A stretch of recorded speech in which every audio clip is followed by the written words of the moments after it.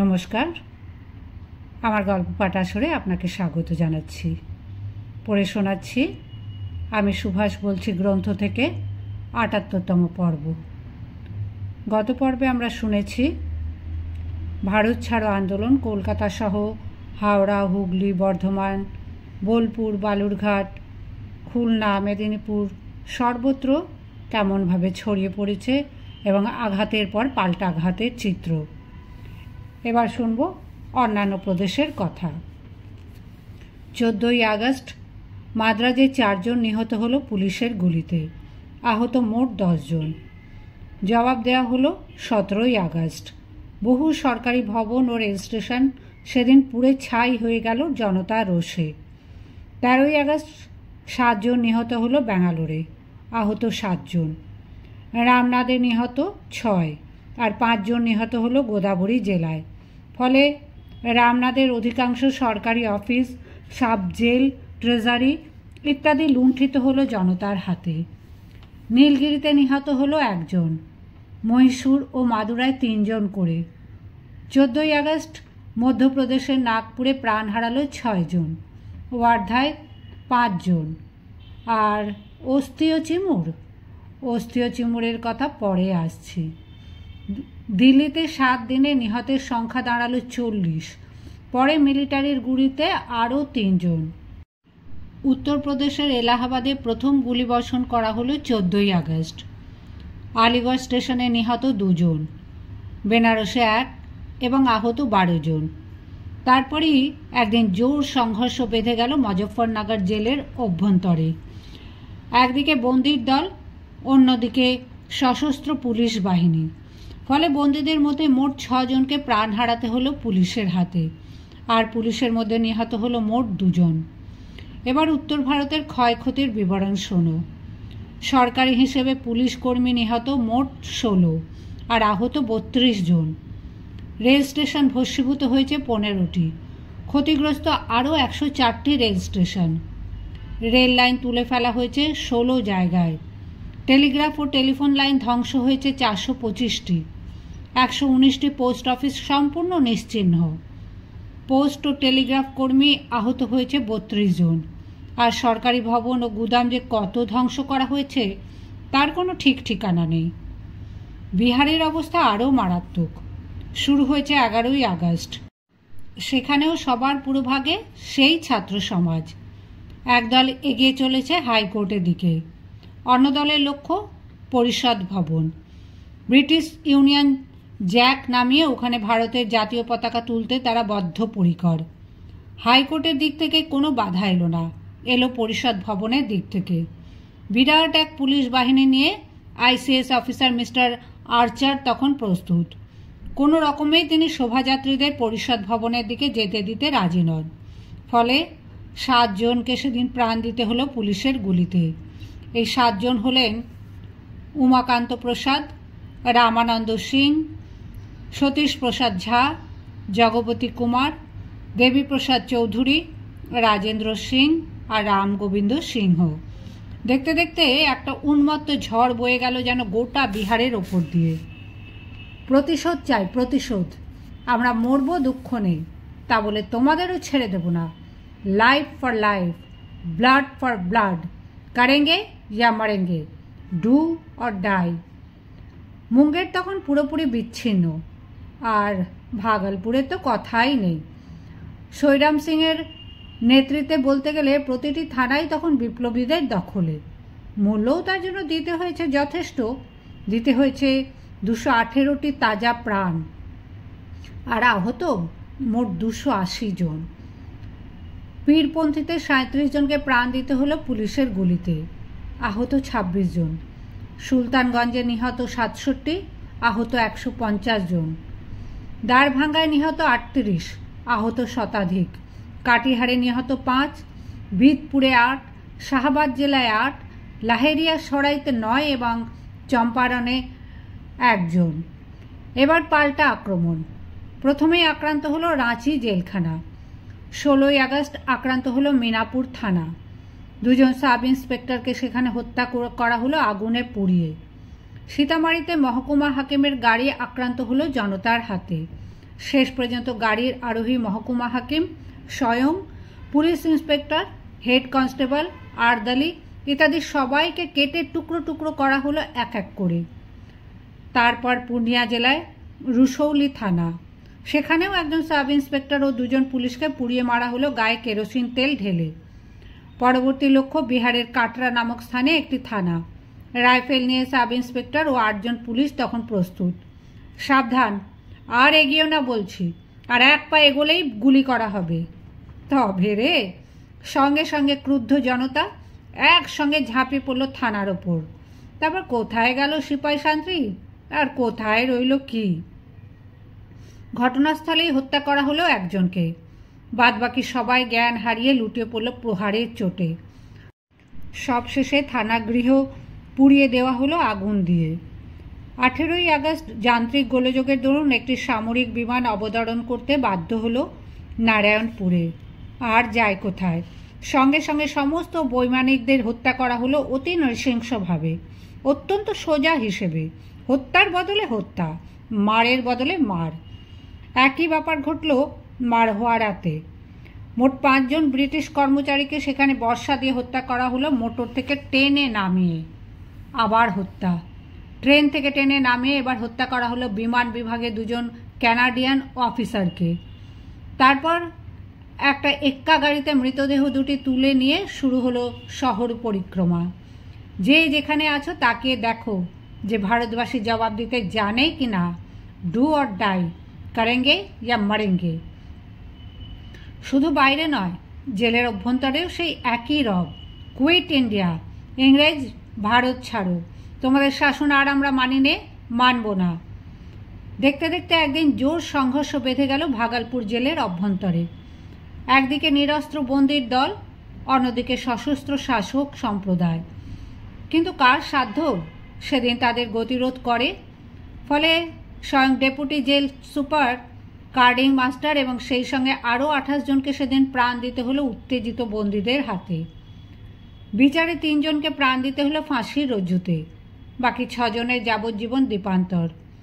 অন্য একটি মামলায় 10 জনকে দেওয়া হলো প্রাণদণ্ড, বাকি 5 জনের যাবজ্জীবন দ্বীপান্তর। অপরপক্ষে ছাপড়ায় 5 জন মিলিটারি ও 1 জন ইউরোপিয়ানকে প্রাণ দিতে হলো জনতার হাতে। ভাগলপুর জেলে ফাঁসি মঞ্চে প্রাণ দিতে হলো বিপ্লবী তরুণ মহেন্দ্র চৌধুরীকে। আজ মহেন্দ্র চৌধুরীকে কেউ চেনে না, কিন্তু সেদিন এই মহেন্দ্র চৌধুরী ছিলেন সংবাদপত্রের মস্ত বড় একটা শিরোনাম। ইতিহাস সৃষ্টি করলেন সারং বাবা এবং তাঁর স্ত্রী সাঁওতাল মাতা। কে এই সারং বাবা? সাঁওতাল মাতাই বা কে? সারং বাবা হলেন লম্বোদর মুখার্জি, সাঁওতাল মাতা তাঁরই স্ত্রী উষারানী মুখার্জি। সুভাষ দুজনকেই চিনতেন, তাই দেশে থাকতেই তিনি সাঁওতাল পরগনার ফরওয়ার্ড ব্লকের সভাপতি রূপে নির্বাচিত করেছিলেন এই উষারানী মুখার্জিকে। লোক চিনতে ভুল করেননি সুভাষ। প্রায় 25,000 সাঁওতালকে সংঘবদ্ধ করে এই মুখার্জি দম্পতি সেদিন যেভাবে লাঠি পাহাড়ে অবস্থিত ব্রিটিশ মিলিটারির বিরুদ্ধে গেরিলা যুদ্ধ চালিয়ে গিয়েছিলেন তা সত্যিই উল্লেখযোগ্য। এ প্রসঙ্গে সন্ন্যাসী বাবা কাদু মুর্মু, গৈরিকধারী সন্ন্যাসী বাবা নিমচাঁদ, চরণ মুর্মু, পাইকা মুর্মু, ভাদো হেমব্রম, লাল হেমব্রম, বলিয়ার হেমব্রম, পাগল মুর্মু, সুখ মুর্মু, তালাসী মাঝি, রসনা দেহারি, জমিদার বাবু ভগবানচন্দ্র দাস, সর্বানন্দ মিশ্র, ব্রহ্মানন্দ ব্রহ্মচারী, আনন্দময়ী চ্যাটার্জি, ডক্টর অনিমা ভট্টাচার্য, রামজীবন হিম্মত সিংকা প্রমুখের ভূমিকাও ছিল বিশেষভাবে উল্লেখযোগ্য। মোট 80 জন সাঁওতাল বীর সেদিন মৃত্যুবরণ করেছিলেন গেরিলা যুদ্ধের ফলে। আহতের কোনো ঠিক ঠিকানা নেই। বিক্ষোভের আগুনে গোটা ভারত তখন জ্বলছে। লক্ষ লক্ষ কোটি কোটি মানুষের কণ্ঠে সোচ্চার হয়ে উঠেছে একটি মাত্র কামনা, কুইট ইন্ডিয়া, ইংরেজ ভারত ছাড়ো। একমাত্র ব্যতিক্রম কমিউনিস্ট পার্টি। তাদের বক্তব্য এ যুদ্ধ জনযুদ্ধ, সুতরাং এ সময় একমাত্র কর্তব্য হলো ইংরেজকে সহায়তা করা। কুইট ইন্ডিয়া ধ্বনি তুলে যারা ইংরেজকে দেশ ছাড়া করার আন্দোলন শুরু করেছে তারা আসলে দেশদ্রোহী ছাড়া আর কিছুই নয়। কমিউনিস্ট পার্টির তৈরি দেশদ্রোহীদের তালিকায় কোন কোন দল সেদিন স্থান পেয়েছিল শোনো। সুভাষের ফরওয়ার্ড ব্লক, সিএসপি, ট্রস্কিপন্থী ইত্যাদি সবাই বিশ্বাসঘাতক। জনসাধারণের উচিত এই তিনটি ঘৃণ্য বিশ্বাসঘাতক দলকে তাদের রাজনৈতিক জীবন থেকে উচ্ছেদ করে দেওয়া। লক্ষ্য করো মল্লিকা, তালিকায় কংগ্রেসের কোনো নাম নেই। কিন্তু কেন? কারণ কুইট ইন্ডিয়া প্রস্তাব নাকি আদপেই সেদিন গৃহীত হয়নি বম্বে অধিবেশনে, একটা খসড়া মতো হয়েছিল মাত্র। সুতরাং তালিকা থেকে গান্ধীজি তথা কংগ্রেস বাদ। এ প্রসঙ্গে কমিউনিস্ট পার্টির সম্পাদক কমরেড পি.সি. যোশী গান্ধীজি প্রমুখ নেতৃবৃন্দ গ্রেপ্তারের কয়েক ঘন্টা পরেই এক বিবৃতিতে কি বলেছিলেন শোনো। কংগ্রেসসেবী সহকর্মীদের কাছে আমরা নিম্নলিখিত কথার মর্ম অনুধাবন করিতে ও দেশপ্রেমিক কর্তব্য স্থির করিতে আবেদন জানাইতেছি। 1. কংগ্রেস অহিংস গণ আন্দোলনের আহ্বান জানায় নাই। নির্বাচিত একমাত্র নেতা কোনো নির্দেশ দেবার পূর্বেই গ্রেপ্তার হন। 2.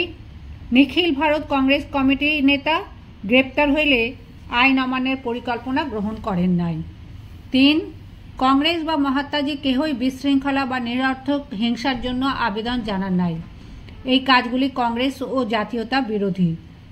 কমিউনিস্ট ও কংগ্রেস, পি.সি. যোশী, পৃষ্ঠা 38, পুস্তক থেকে গৃহীত। 23 আগস্ট পিপলস ওয়ার পত্রিকায় তিনি আরও কি বলেছিলেন শোনা যাক। গভর্নমেন্টের কাজে উত্তেজিত হইয়া আমাদের দেশপ্রেমিকরা ভারতের স্বাধীনতা নামে জাতির দেশরক্ষা ব্যবস্থার কার্যকরী উপকরণগুলি নষ্ট করিতে উদ্যত।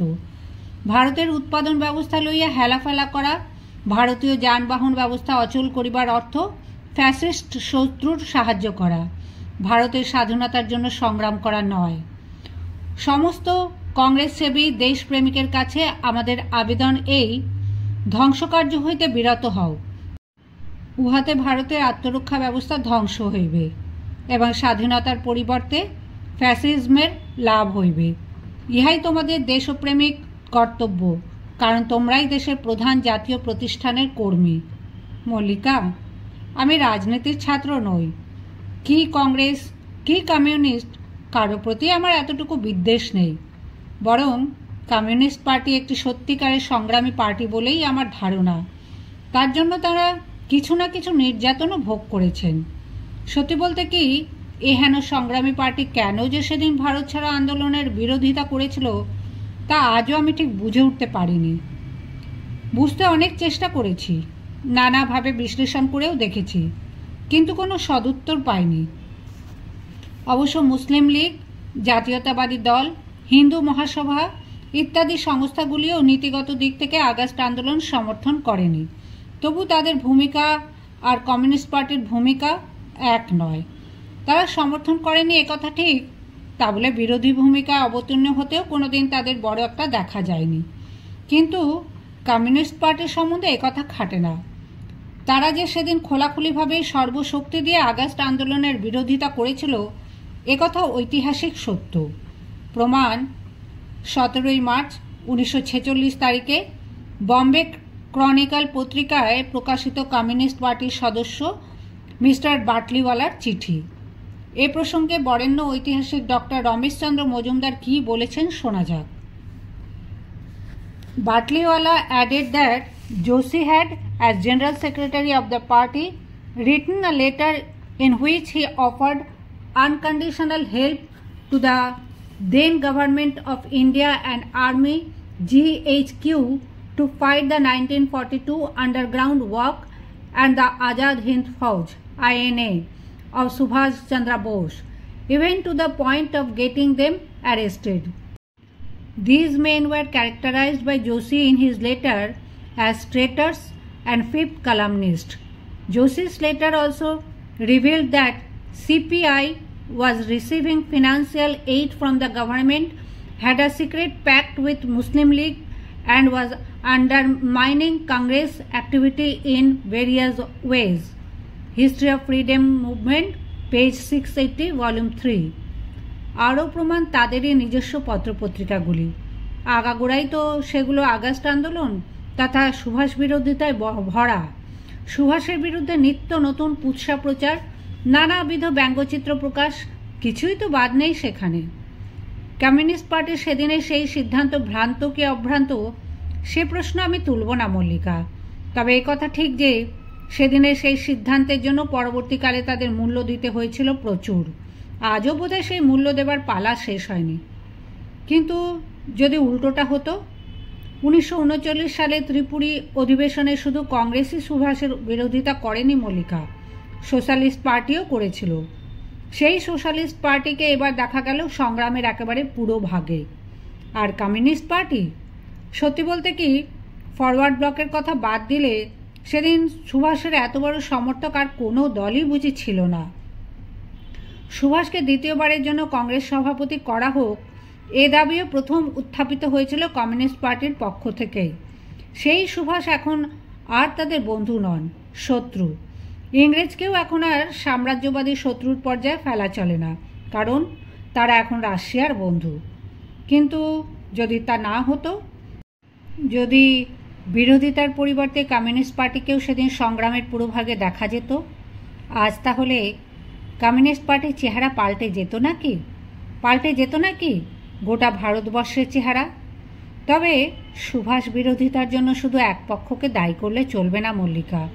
এ ব্যাপারে কংগ্রেস ও কমিউনিস্ট পার্টি দুই প্রায় সমান। কী পরিস্থিতি ছিল সেদিন ভারতবর্ষের?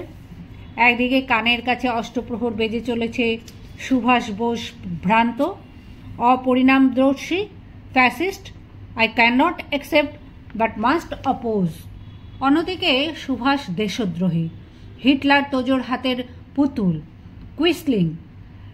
একমাত্র ব্যতিক্রম আগস্ট বিপ্লবের প্রধান নায়ক জয়প্রকাশ নারায়ণ। জয়প্রকাশ নারায়ণ তখন পলাতক। পরিস্থিতি লক্ষ্য করে সেই পলাতক জীবন থেকেই তিনি একটি ইস্তাহার প্রকাশ করলেন জাতির উদ্দেশ্যে। না, সুভাষ কুইসলিং নন, তাকে আমরা চিনি। দেশের স্বার্থ ক্ষুণ্ণ হতে পারে এমন কাজ তিনি কখনোই করতে পারেন না। মল্লিকা, এই হলো সেদিনকার পরিস্থিতি। এই পরিপ্রেক্ষিতে কেবলমাত্র কমিউনিস্ট পার্টিকে দোষারোপ করলে সেক্ষেত্রে সত্যের অপলাপ করা হবে নাকি? কমিউনিস্ট পার্টির সুভাষ বিরোধিতা করেছিল একথা ঠিক, কিন্তু কংগ্রেস আর যতই অস্বীকার করুক না কেন, সেদিন এই কংগ্রেসে কি খুব একটা পিছিয়ে ছিল সুভাষ বিরোধিতার ব্যাপারে? তফাৎ এই যে কমিউনিস্ট পার্টি সিদ্ধান্ত নিয়েছিল 1942 সালে, আর কংগ্রেস শুরু করেছিল 1939 সালে অনুষ্ঠিত ত্রিপুরী কংগ্রেসের পর থেকেই। সামান্য একটি উদাহরণ দিচ্ছি, শোনো। সেদিন কমিউনিস্ট পার্টির বক্তব্য ছিল, সুভাষ বোস ফিরে এলে আমরা তাকে বুলেট দিয়ে অভ্যর্থনা করব। আর কংগ্রেসে কি সেদিন তাকে রুখতে চায়নি খোলা তরবারি দিয়ে? তফাৎটা কোথায় বলতে পারো মল্লিকা? যুক্তিতর্ক দিয়ে একবার বুঝিয়ে দিতে পারো আমাকে? সেদিনে সেই সুভাষ বিরোধিতার জন্য কম মূল্য দিতে হয়নি কমিউনিস্ট পার্টিকে। এমনকি এখনও নির্বাচনের প্রাক্কালে বিরোধী পক্ষের প্রতিটি বক্তার কণ্ঠে সোচ্চার হয়ে ওঠে সেই একই অভিযোগ, কমিউনিস্টদের আপনারা চিনে রাখুন, মনে রাখবেন ওরাই সেদিন আমাদের নেতাজিকে বুলেট দিয়ে অভ্যর্থনা করতে চেয়েছিলেন। আর কংগ্রেস? না, সে সম্বন্ধে কোথাও কোনো প্রশ্ন নেই, কোনো অভিযোগও নেই। বোধহয় অহিংস মতে তরবারিটা বুলেটের মতো ততটা দোষণীয় নয় বলেই। আর কমিউনিস্ট পার্টির ভুল ভেঙেছে, প্রমাণ তাদের একাংশের অবিসম্বাদী নেতা শ্রীযুক্ত জ্যোতি বসুর স্বীকৃতি। সংবাদপত্র থেকে তারই বিবরণ এখানে আমি তুলে দিচ্ছি।